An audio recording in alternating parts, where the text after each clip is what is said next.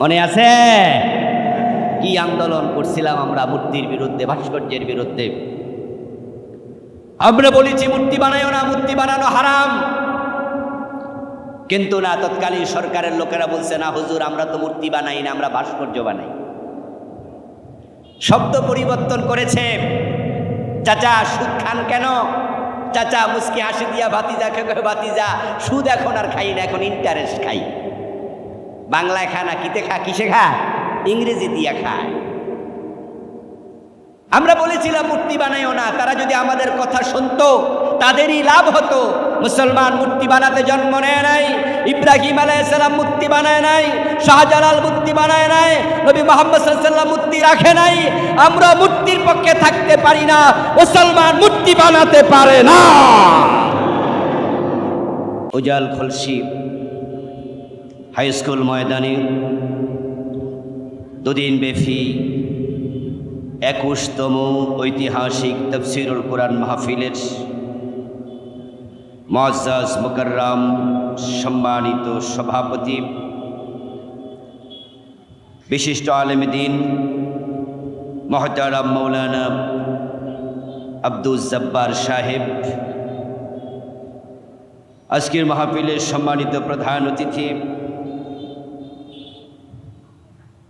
বিশিষ্ট সমাজসেবক জনাব মুহতারাম মাসুদ রানা সাহেব,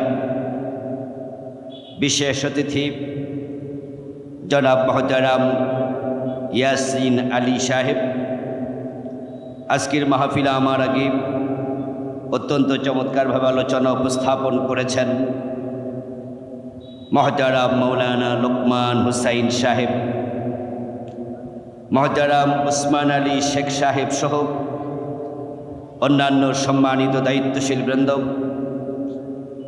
মুহতারাম মোহাম্মদ আলতাফ হোসেন সাহেব সহ মাহফিল কমিটির সম্মানিত আয়োজক বৃন্দ, বিভিন্ন মাসাজিদের মুহতারাম আইম্মায়ে ইজাম, বিভিন্ন মাদারিসের সম্মানিত আসাতিজায়ে কেরাম, সম্মানিত উলামায়ে হযরত, ইসলাম প্রিয় তাওহীদি জনতা, পর্দার অন্তরালের সতী সাধবী সম্মানিতা মা ও বোনেরা, সম্মানিত দিনী ভাইয়েরা, কেমন আছেন আপনারা?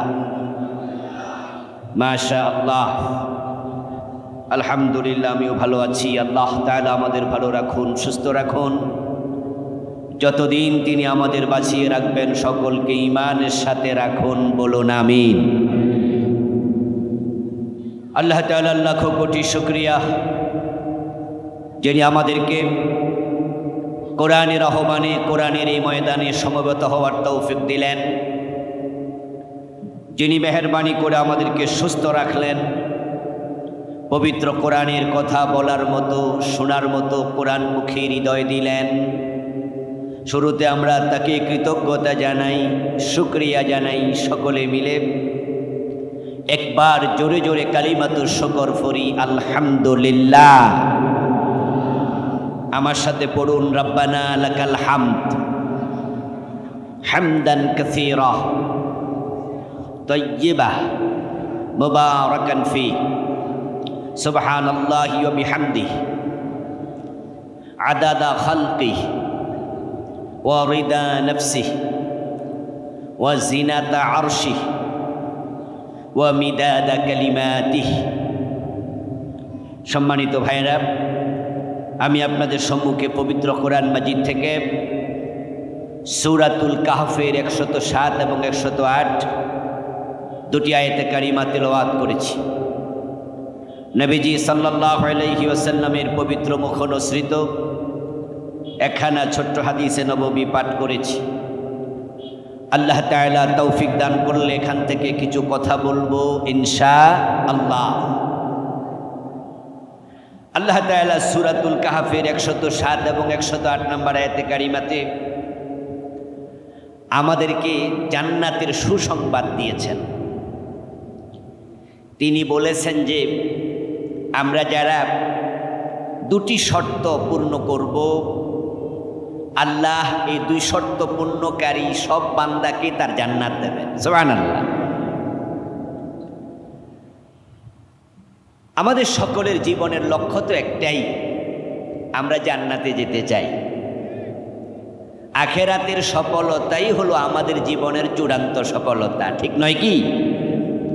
দুনিয়াতে সব আছে, কিন্তু জান্নাতি মানুষের তালিকায় নাম নাই, তাহলে আপনি সফল নন, আপনি ব্যর্থ।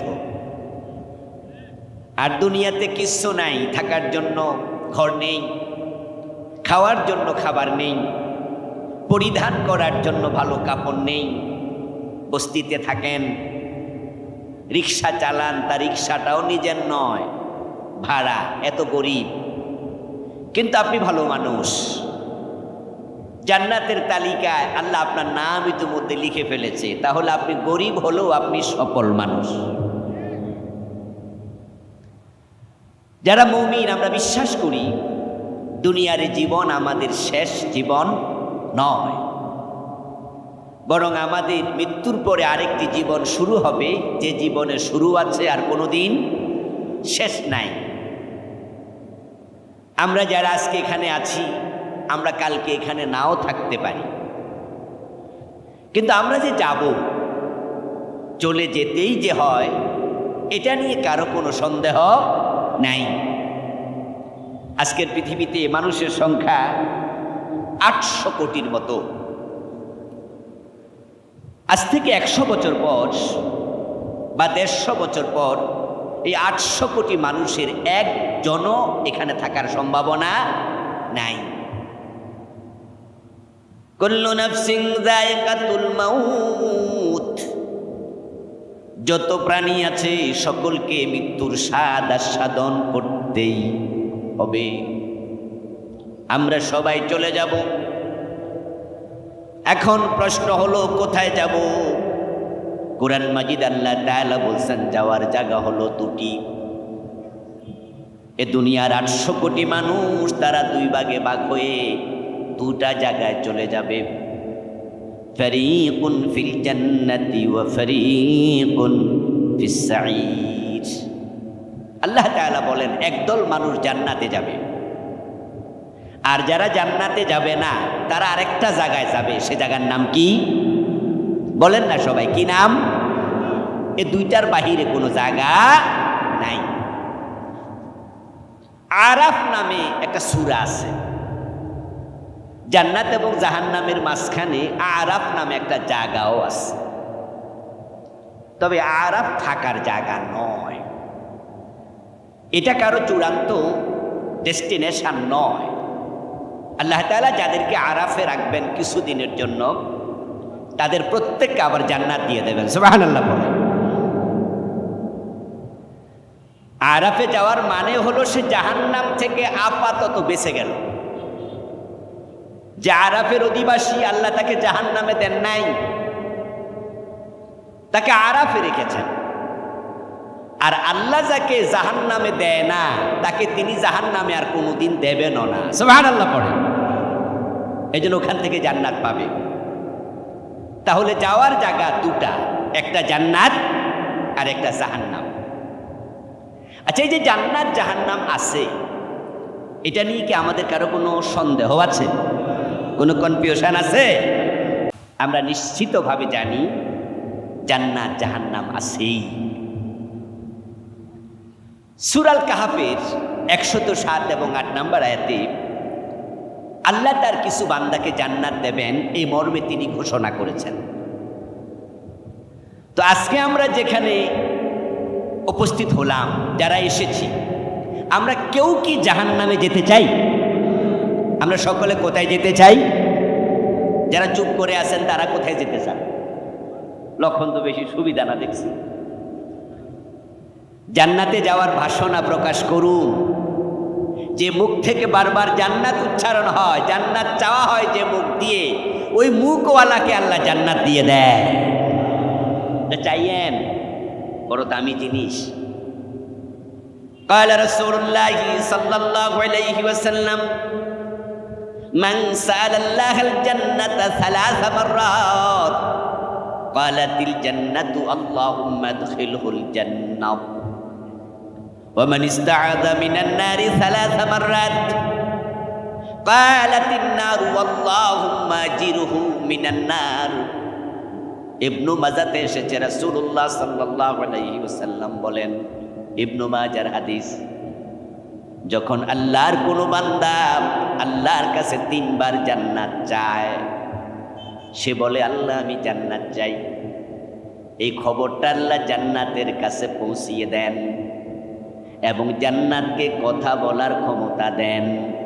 তখন জান্নাত বলে, আল্লাহ তোমার এই বান্দা যেহেতু আমাকে চায়, আমিও তার জন্য সুপারিশ করছি, তুমি তাকে জান্নাতে প্রবেশ করাইয়া দাও।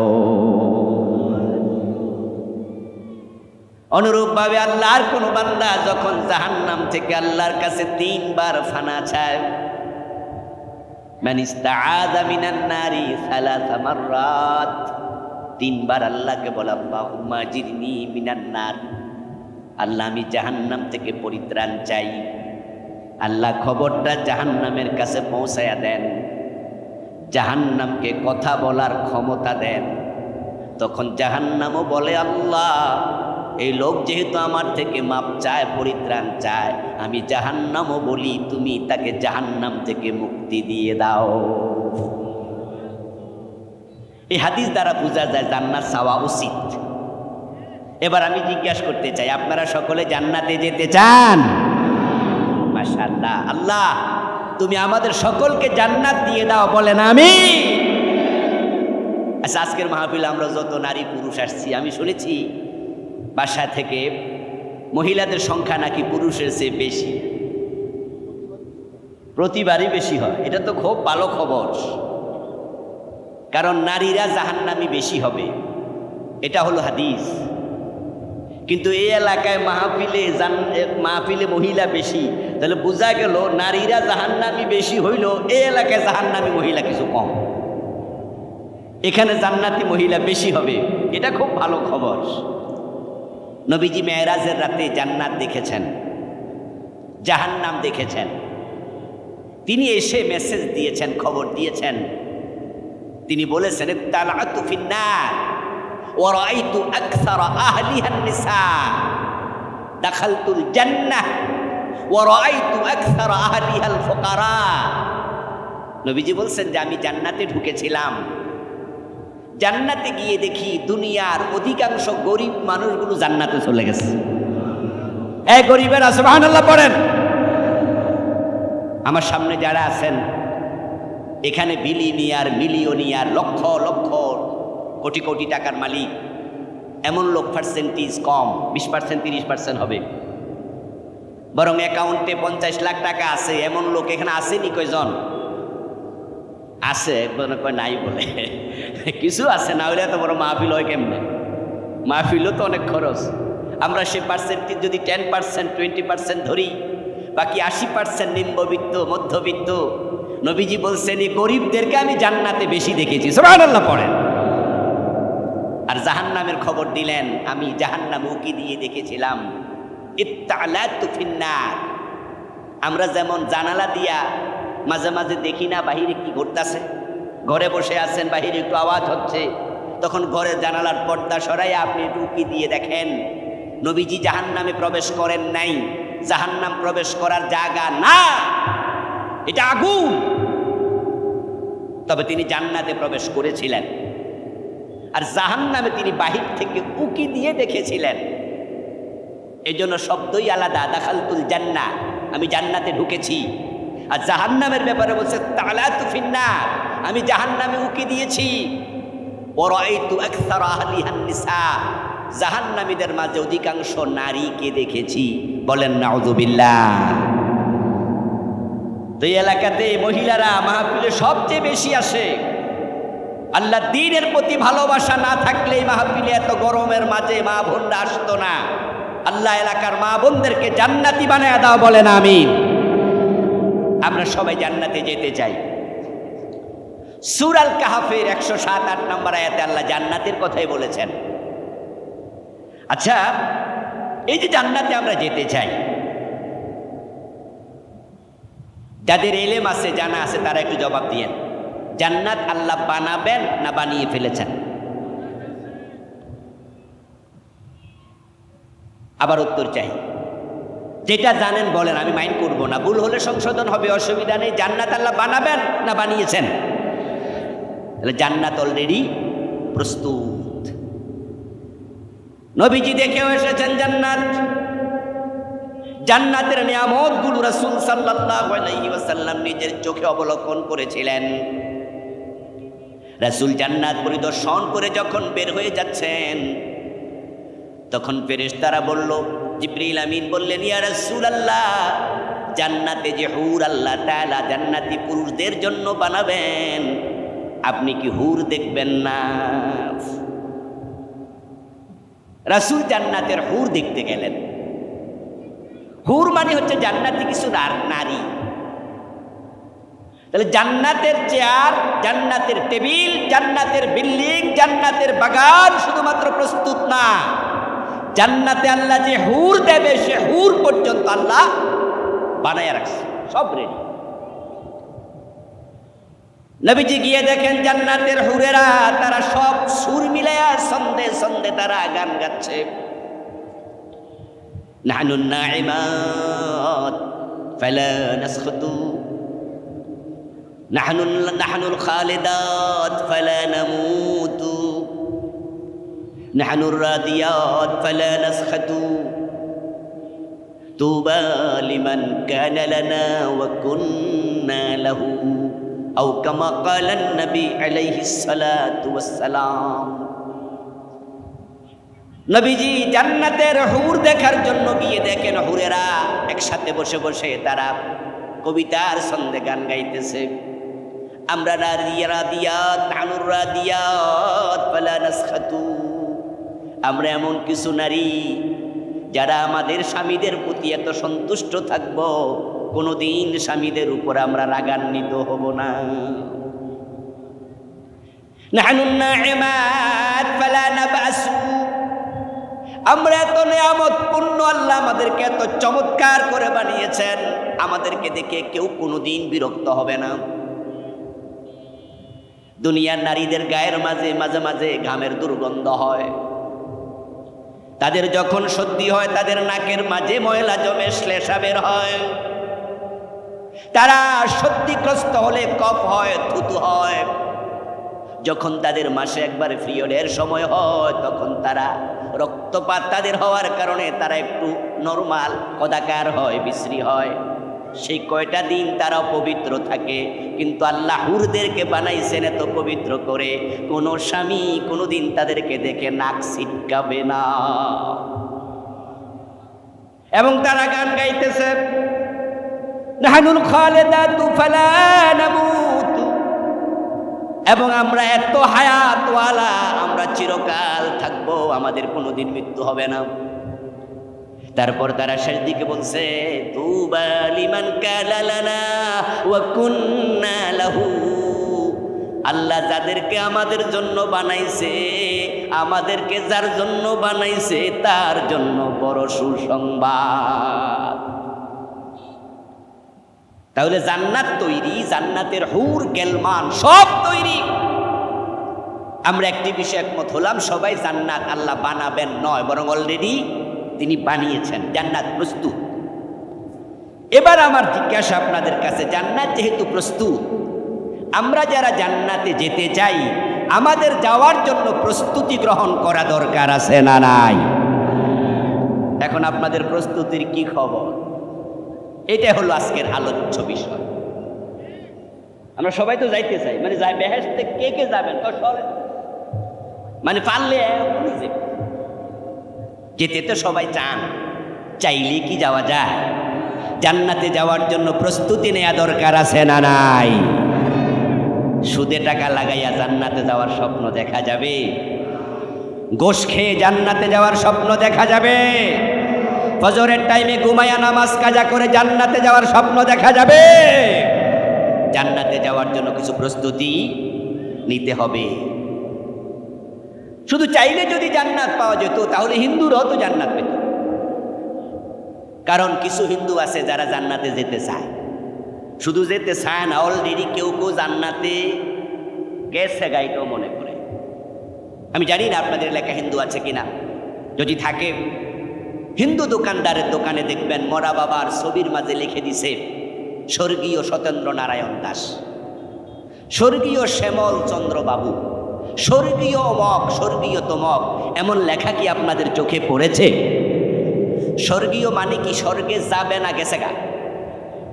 দেখছেন, আমরা যাবো আর এরা অলরেডি কি সব যাওয়ার। স্বর্গ মানে জান্নাত,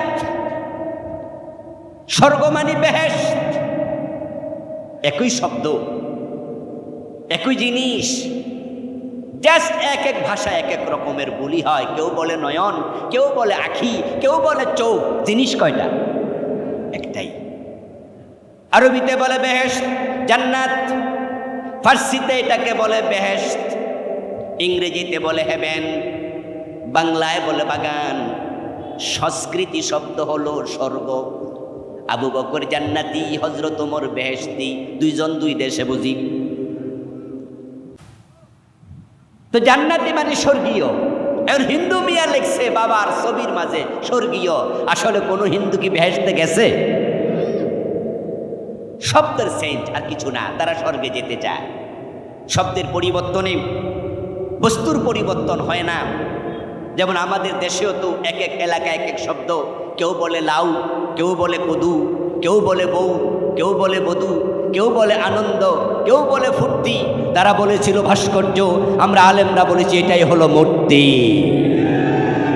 মনে আছে কি আন্দোলন করছিলাম আমরা মূর্তির বিরুদ্ধে, ভাস্কর্যের বিরুদ্ধে?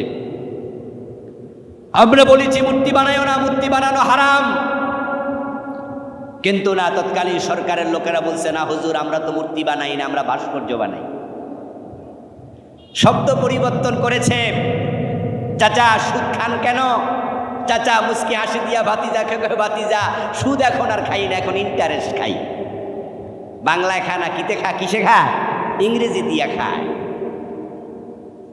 আমরা বলেছিলাম মূর্তি বানাইও না। তারা যদি আমাদের কথা শুনতো তাদেরই লাভ হতো। মুসলমান মূর্তি বানাতে জন্ম নেয় নাই, ইব্রাহিম আলাইহিস সালাম মূর্তি বানায় নাই, শাহজালাল মূর্তি বানায় নাই, নবী মুহাম্মদ সাল্লাল্লাহু আলাইহি ওয়াসাল্লাম মূর্তি রাখে নাই। আমরা মূর্তির পক্ষে থাকতে পারি না, মুসলমান মূর্তি বানাতে পারে না। তারা আমাদের কথা শুনলে ভালো ছিল, তারা আমাদের কথা না শুনে বাড়াবাড়ি করছে। বঙ্গবন্ধুর মূর্তি সারা দেশে শত শত বানাইছে। আরে এগুলো বানানোর কারণে লাভ হয় নাই, লস হয়েছে। জুলাই বিপ্লবের পরে আমরা কি দেখলাম? এ মূর্তিগুলার গলার মাঝে রশি লাগাইয়া টেনে টেনে মাটির মাঝে ফেলেছে। এমন মূর্তিও দেখি যেটার মাথা উঠে প্রস্রাব করে দিয়েছে। এ মরা মানুষটাকে বেজ্জতি করা দরকার ছিল। মূর্তি না বানাইলে এগুলো হতো না। যে কোনো কাজে বাড়াবাড়ি আল্লাহ পছন্দ করেন না। খুব সাবধান, খুব সাবধান। আমার বন্ধু হিন্দু মিয়া লিখেছে স্বর্গীয় সত্যেন্দ্র নারায়ণ দাস, যতই তার শখ থাকুক তার বাবা স্বর্গে যাবে, কিন্তু আমরা তো জানি যে শিরিক করে তার জন্য জান্নাত হারাম। আল্লাহ তাআলা বলেন ওয়ামান ইউশরিক বিল্লাহি ফাকাদ হারামাল্লাহু আলাইহিল জান্নাহ ওয়া মাওয়াহুন নার ওয়া মা লিয-যালিমিনা মিন আনসার। আল্লাহ তাআলা বলে যারা শিরক করে আল্লাহ নিজে তাদের জন্য জান্নাত হারাম বানায়া দেয়। আমি আপনাদের কাছে জিজ্ঞাসা করতে চাই, এই আয়াতটা নাজিল করেছেন কে? জান্নাত হারাম বানাবে কে? জান্নাতের মালিক কে? জান্নাত দেবেন কে? তো যিনি মালিক, যিনি দেবেন, তিনি হারাম বানাইলে উপায় কি? তো যারা হিন্দু তারা কি শিরিক করে না? তারা কি মূর্তি পূজা করে না? তো মূর্তি পূজা করা কি জায়েজ? কিন্তু তারা তো লিখেছে নামের আগে স্বর্গীয়।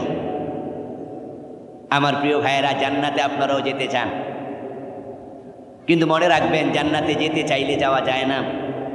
জান্নাতে যাওয়ার জন্য আল্লাহ তাআলা পবিত্র কোরআনে দুটি শর্ত দিয়েছেন। সূরা আল কাহফের 107 নম্বর আয়াতে যে শর্ত, সূরা আল বুরুজের 11 নম্বর আয়াতে একই শর্ত। ইন্নাল্লাযীনা আমানু ওয়া আমিলুস সালিহাতি লাহুম জান্নাতুন তাজরি মিন তাহতিহাল আনহার যালিকাল ফাওজুল কাবীর। শুধুমাত্র সূরা কাহাফ, সূরা বুরুজে না, এমন আলোচনা কোরআনে 1 ডজনের বেশি আয়াতে আছে। আল্লাহ বারবার একটা কথাই বলেছেন, জান্নাতে তোমরা যেতে চাও 2টি কাজ করো। 1 নাম্বার, ঈমান আনতে হবে। নিশ্চয় যারা ঈমান এনেছে, ওয়া আমিলুস সালিহাত, দ্বিতীয় শর্ত যারা নেক আমল করেছে, লাহুম জান্নাত, এবার আল্লাহর ঘোষণা, আমি তাদের জন্য জান্নাত বানাইছি। সুবহানাল্লাহ। সবাই বলুন প্লিজ, শর্ত কয়টা? খুব বেশি হয়ে গেল না, মাত্র 2টি শর্ত। আল্লাহ চাইলে কিন্তু 10টা 20টা শর্ত দিতে পারতেন। মাত্র 2টি শর্ত আল্লাহর জান্নাত। আমার বন্ধু, প্রশ্ন হতে পারে তো মাগনা সহজে আল্লাহ জান্নাত কেন দেবেন? উত্তর হলো, তিনি যদি শর্ত কঠিন বানান, তার বান্দাগুলো জান্নাত পাওয়া সহজ হবে না। আল্লাহ তাআলা চান তার সব বান্দা যেন জান্নাতি হয়ে যায়।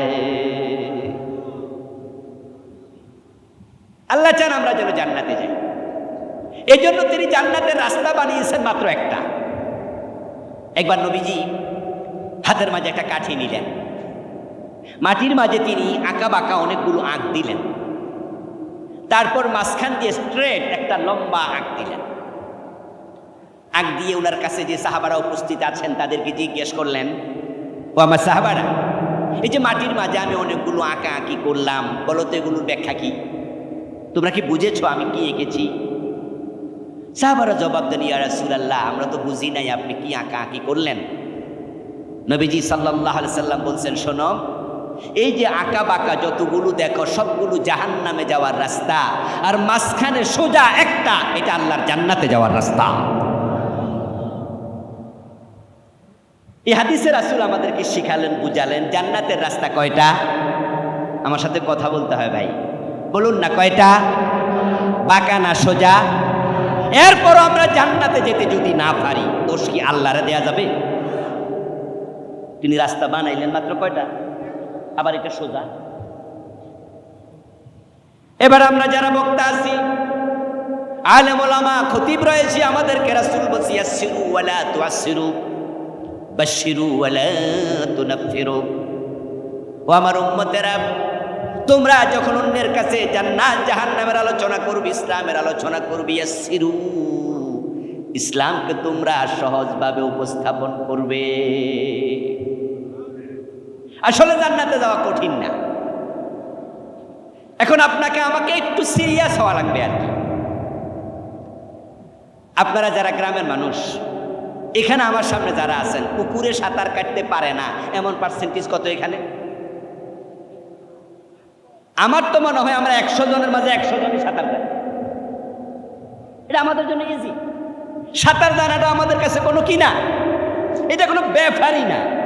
কিন্তু ঠিক একই কাজ যদি আপনি ঢাকা শহরে গিয়ে, যাদের ঢাকায় জন্ম, আপনি তাদের কাছে 100 জনকে একসাথে করে বলেন এই সাঁতার কয়জনে জানো, সেখানে পার্সেন্টেজ কত পাবেন? ঢাকা শহরে সাঁতার জানে, শহরে জন্ম নেয়া, পার্সেন্টেজ কত? আমি বুঝাই দেই, আমার 4টা ছেলে আছে, 4 জনের জন্ম ঢাকায়, তাদের 1 জনও সাঁতার জানে না। আমি গ্রামের বাড়ি তাদেরকে নিয়েছি, আমি সাঁতার শেখানোর চেষ্টা করছি, বড় 2টারে কিছু কিছু শিখাইছি, তাও অনেক দিন পর্যন্ত। এখনও ওই 2 জনেও পারে না, ছোটোগুলা তো নাই। এই হলো সাঁতারের পার্সেন্টেজ। শহরে 100 জনের মাঝে 95 জন সাঁতার জানে না, আর আপনি 100 জনে 100 জন জানেন। আপনারা গ্রামের মানুষ প্র্যাকটিস করেছেন, practice makes a man perfect. চেষ্টা যে করে সফল সে হয়। আল্লাহর জান্নাতে যাওয়া কঠিন না, সেজন্য একটু চেষ্টা করা দরকার আছে না নাই? সাহাবারা চেষ্টা করেছে, তাই সাহাবাদের মাঝে 1 জনও জাহান্নামী নাই।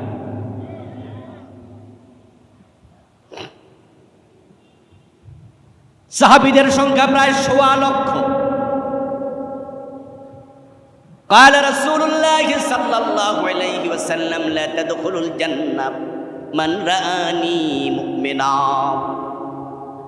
লা ইয়াদখুলুল জান্নাহ মান রাআনি মুমিনা, নবীজি বলছেন যে ঈমানের সাথে আমাকে দেখেছে তারা হলো সাহাবী, তাদের মাঝে একজনও জাহান্নামে ঢুকবে না।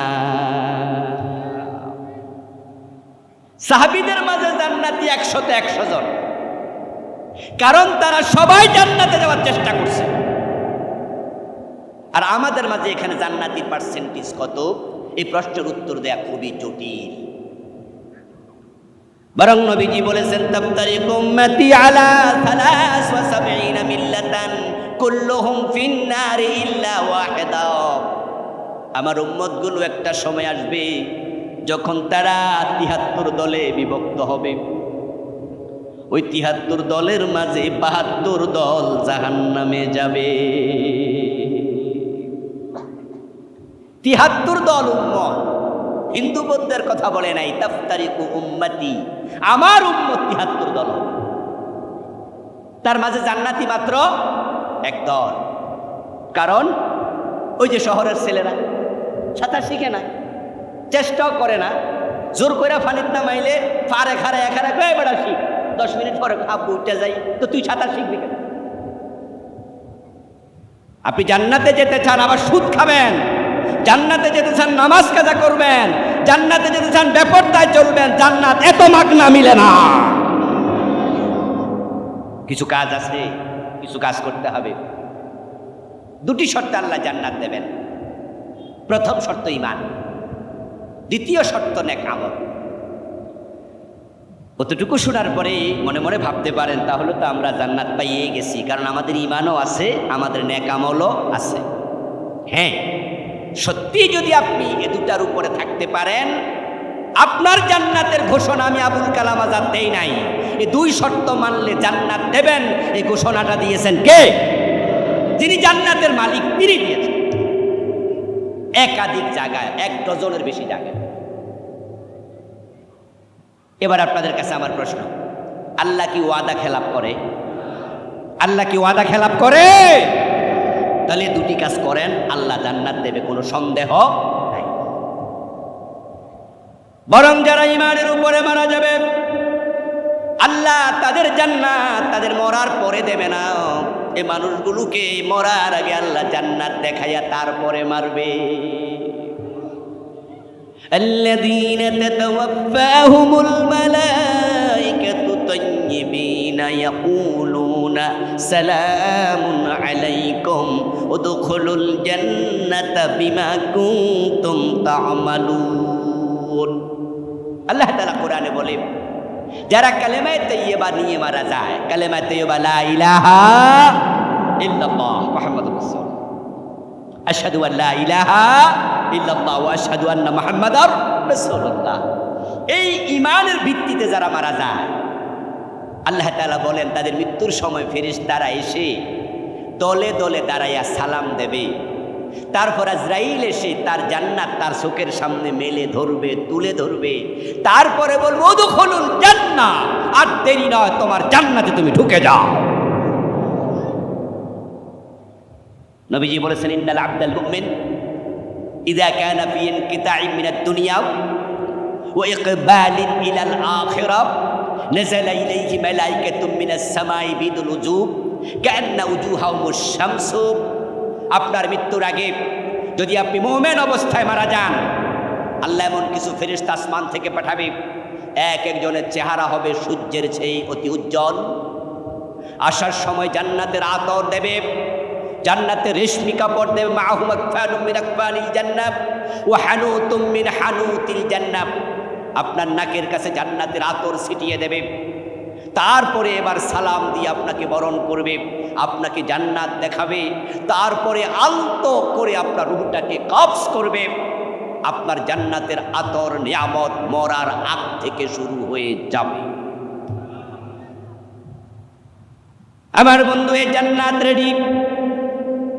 এখন জান্নাত পাওয়ার জন্য ঈমান যে দরকার, সেই ঈমানের কিন্তু আজকে বড় অভাব চলছে।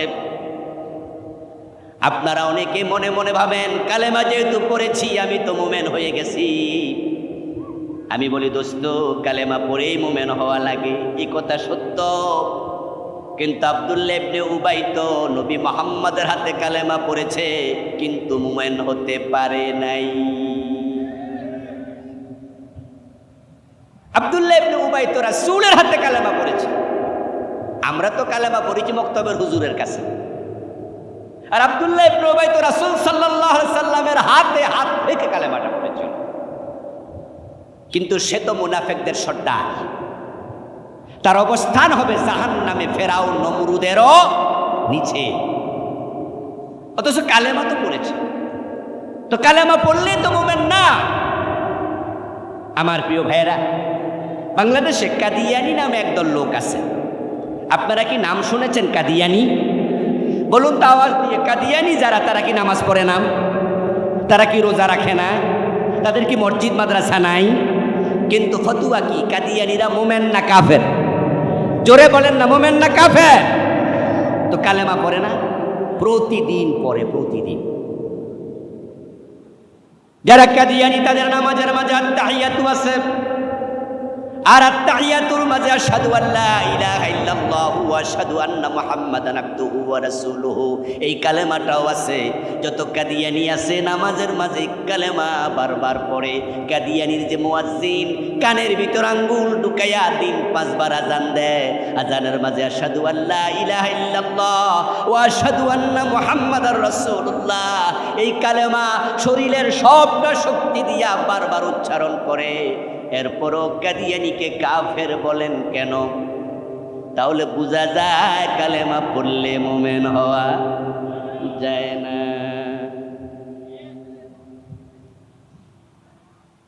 জান্নাতে যাওয়ার জন্য শর্ত ঈমান, এটা 1 নাম্বার শর্ত। কিন্তু ঈমানের অভাব খুব বেশি।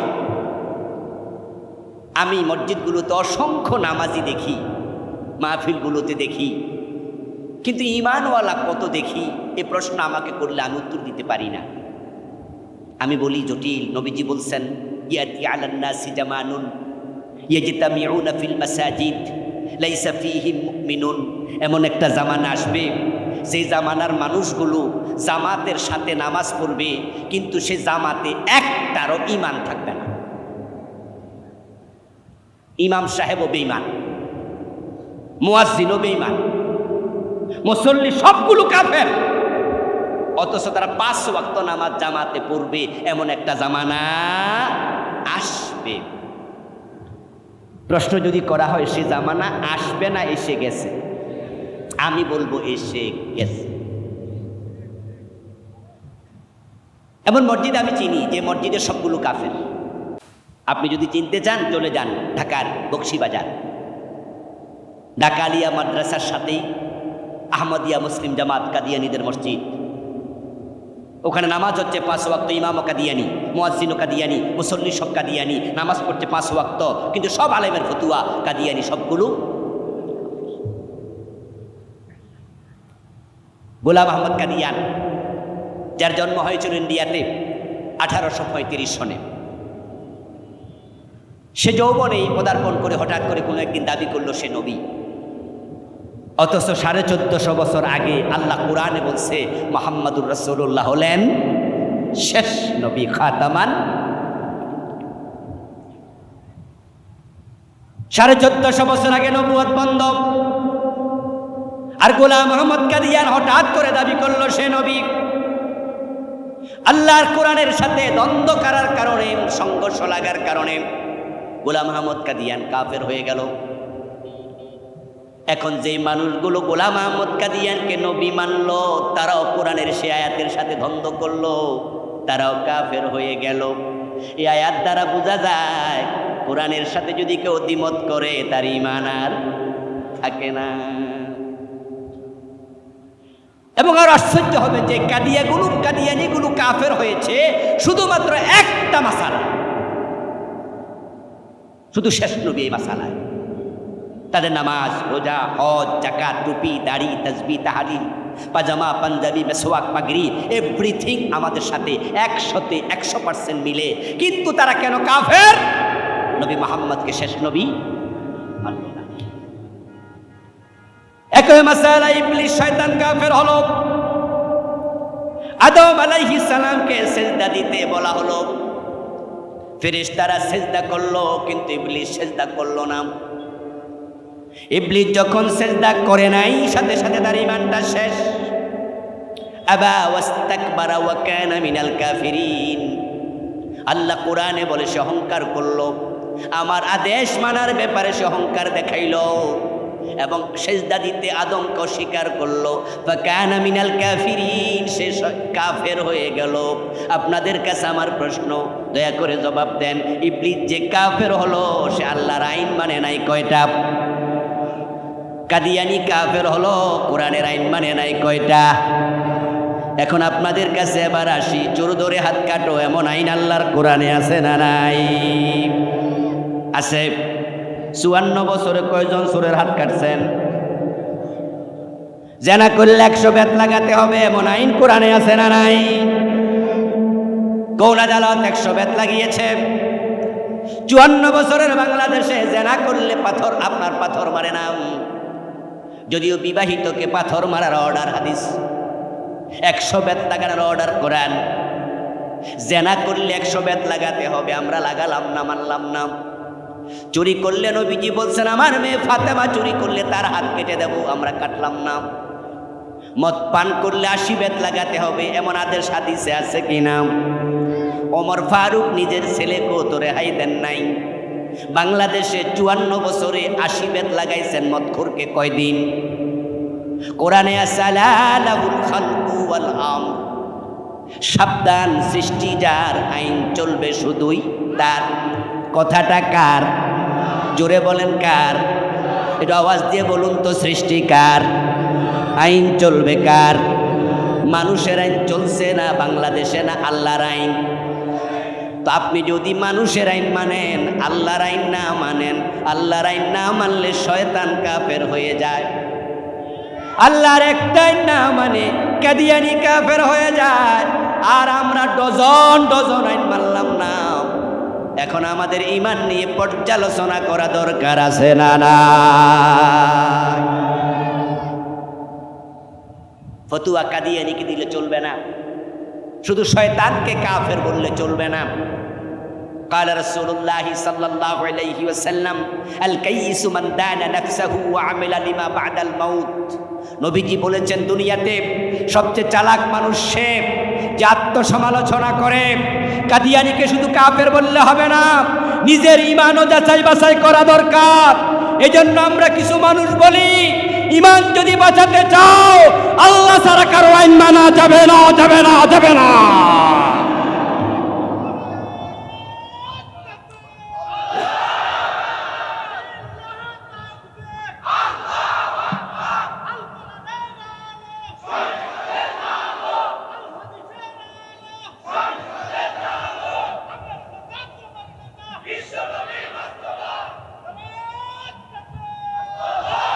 আমার ভাইরা, আমরা যারা মুমিন, আমরা আল্লাহর গোলাম।